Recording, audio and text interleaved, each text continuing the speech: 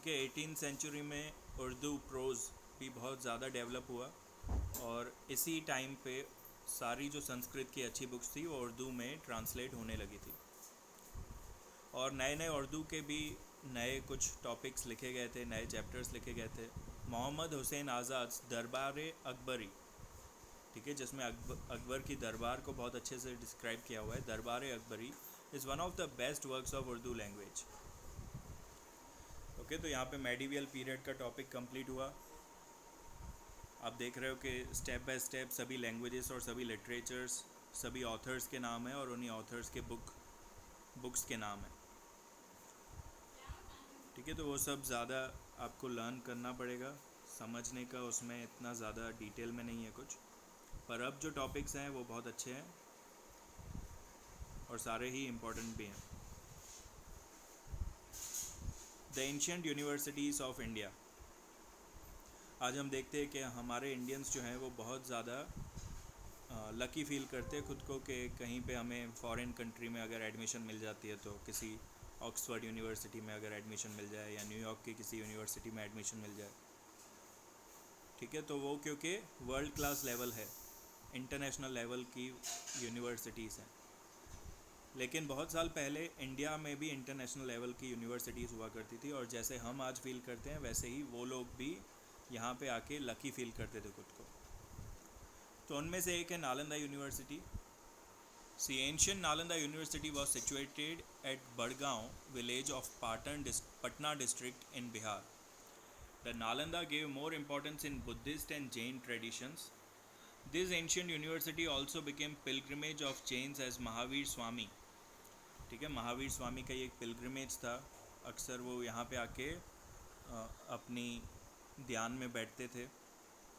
He had performed 14 Chaturmas here.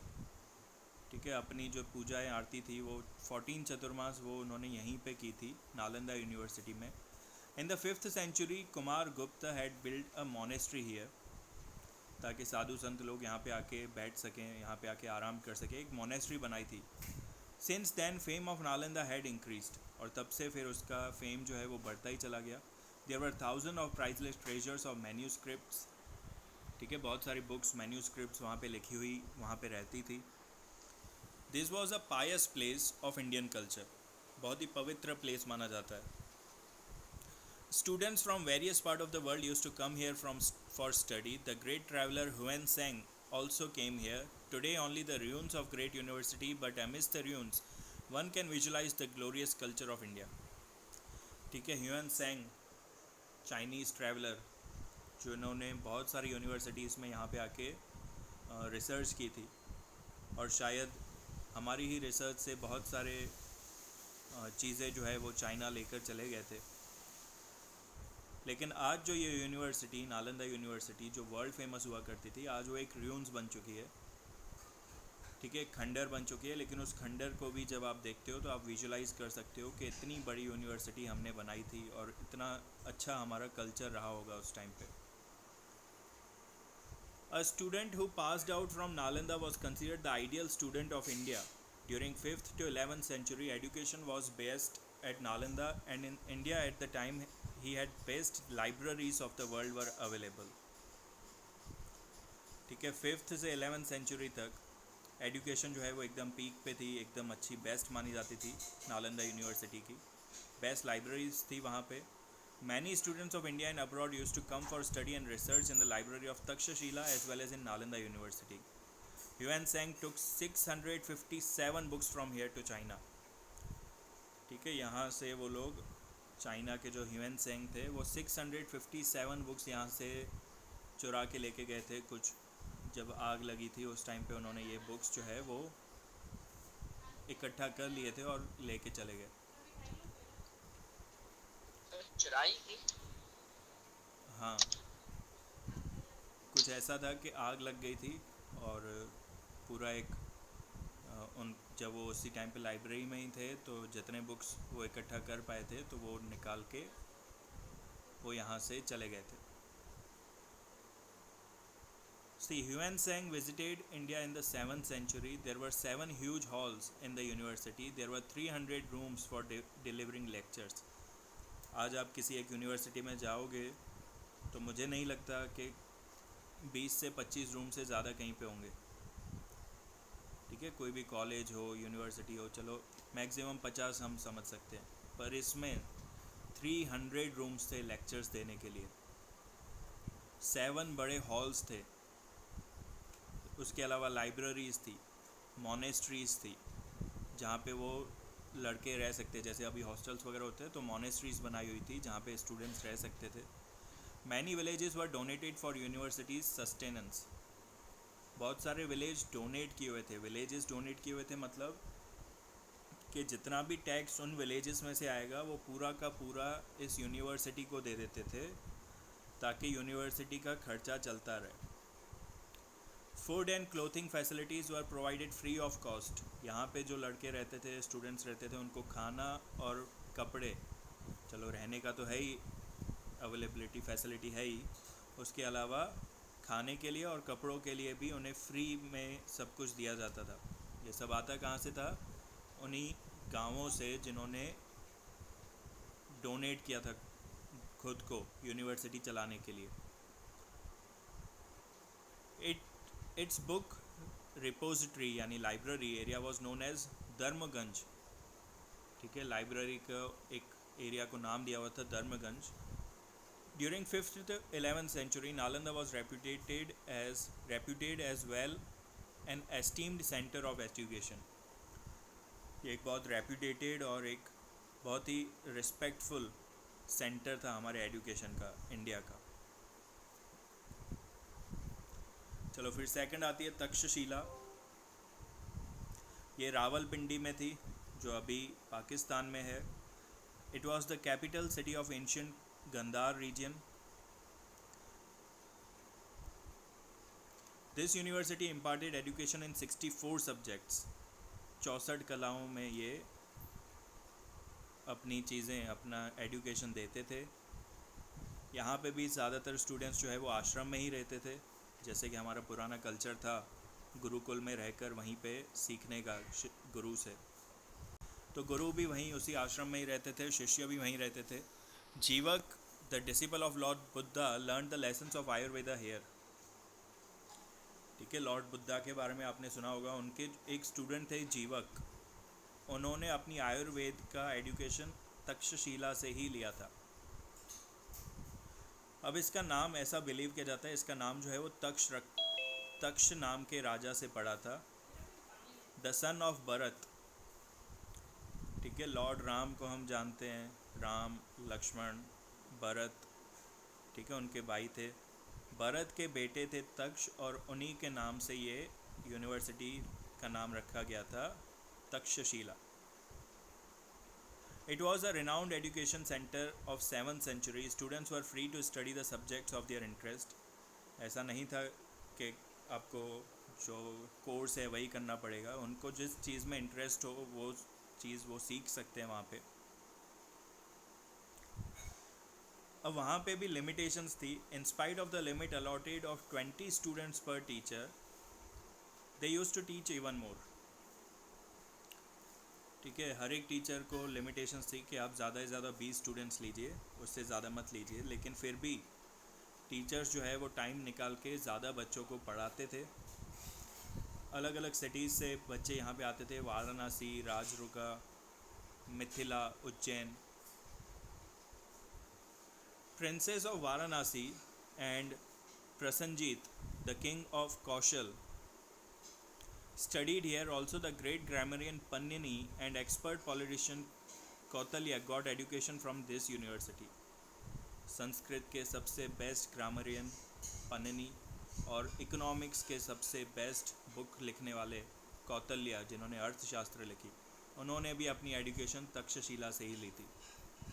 So Takshashila was the best center for higher education. Normally students used to stay with guru to practice education of Vedas, military science, गज विद्या, archery, grammar, philosophy, war lore, astronomy, astrology, ये सारी चीज़ें ही यहाँ पे सिखाई जाती थी। Chanakya the mentor of Chandragupta Maurya.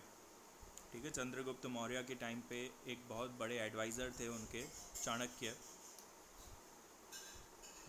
Chanakya ने भी अपनी पढ़ाई यहीं से तक्षशिला यूनिवर्सिटी से की थी। Chinese scholar Fahien visited this university in the beginning of 5th century. तो यहाँ पे भी जैसे उसमें ह्यूएन सेंग थे, यहाँ पे भी एक चाइनीज स्कॉलर आए थे 5th सेंचुरी में, फाहियान।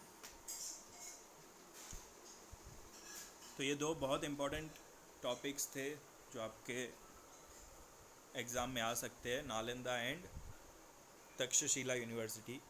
अब बाकी के दोनों जो है वो छोटे छोटे हैं और कंबाइंड आ सकते हैं 4 मार्क्स में, कि वाराणसी और वल्लभी दोनों के बारे में लिखना होगा।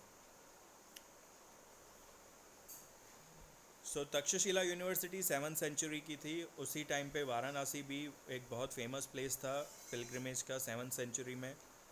ये एक एजुकेशन सेंटर भी बन चुका था क्योंकि यहाँ पे आर्यन कल्चर बहुत ज़्यादा डेवलप हो चुका था उस टाइम पे। It grew as a religious centre for the Aryan culture in Upanishad period. King of Varanasi Ajatashatru was a great philosopher of Upanishadic age and great supporter of education. 7th century में जो राजा थे अजत शत्रु, वो उपनिषद में बहुत मानते थे और एजुकेशन को भी बहुत सपोर्ट करते थे, इसलिए उन्होंने अपनी वाराणसी को एक एजुकेशन सेंटर बना लिया था। It is mentioned in the Vyas Samhita that Maharshi Vedvyas had his आश्रम इन वाराणसी।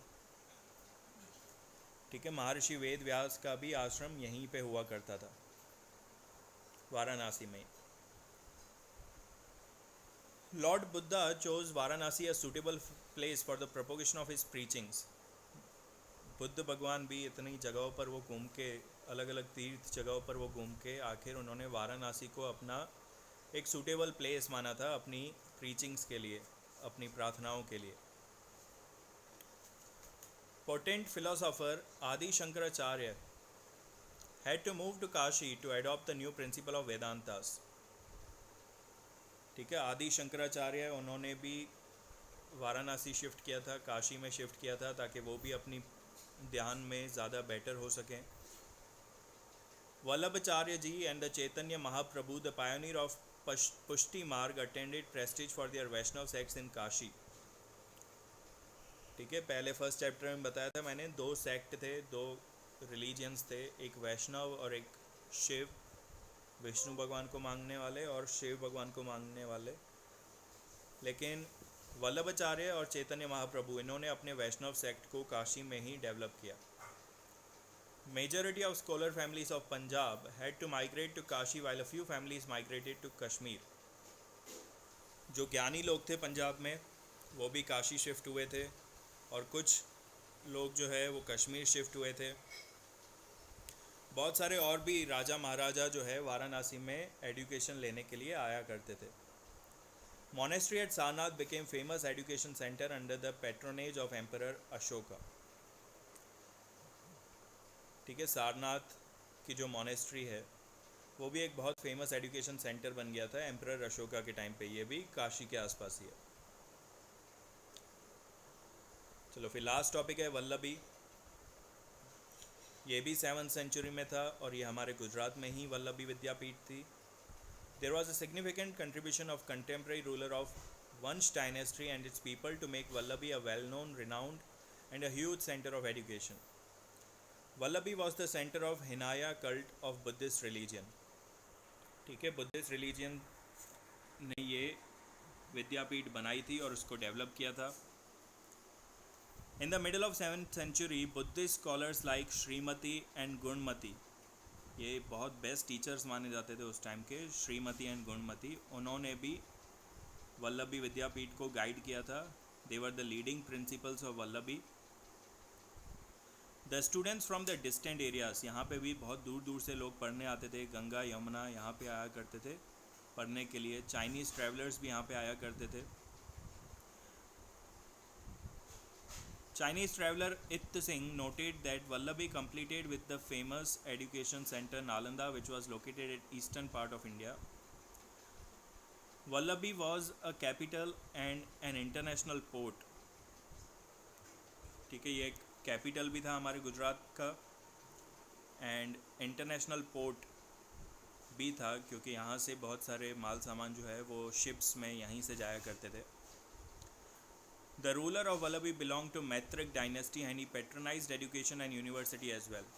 तो उस टाइम के जो रूलर थे वो बहुत अगेन एजुकेशन को बहुत मानते थे, सपोर्ट करते थे, और इसलिए उन्होंने यहाँ पे एक यूनिवर्सिटी बनाई थी.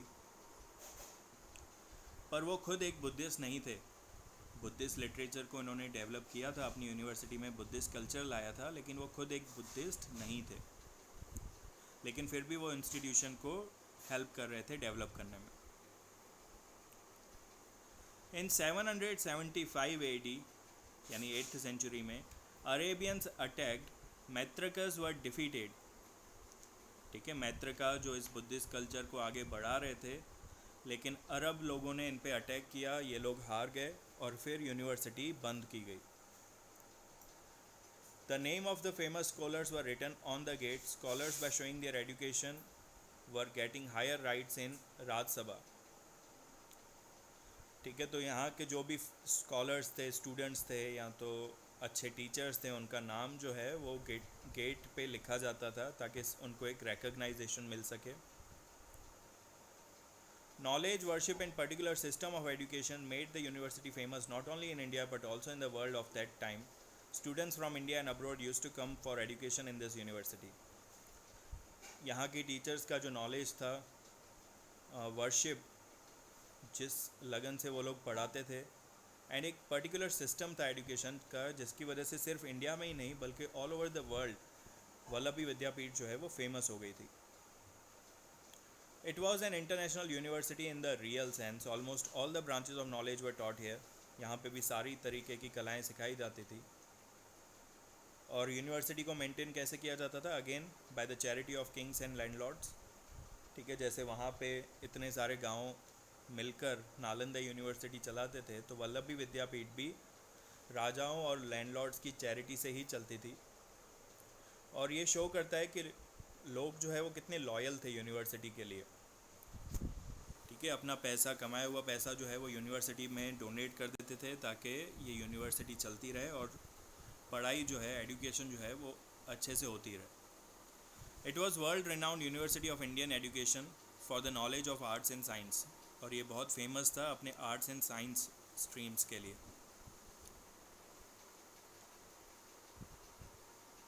चलो, समझ में आए ये चारों टॉपिक्स? नालंदा, उसके बाद तक्षशिला, फिर वाराणसी एंड वल्लभी. कुछ डाउट है किसी को भी?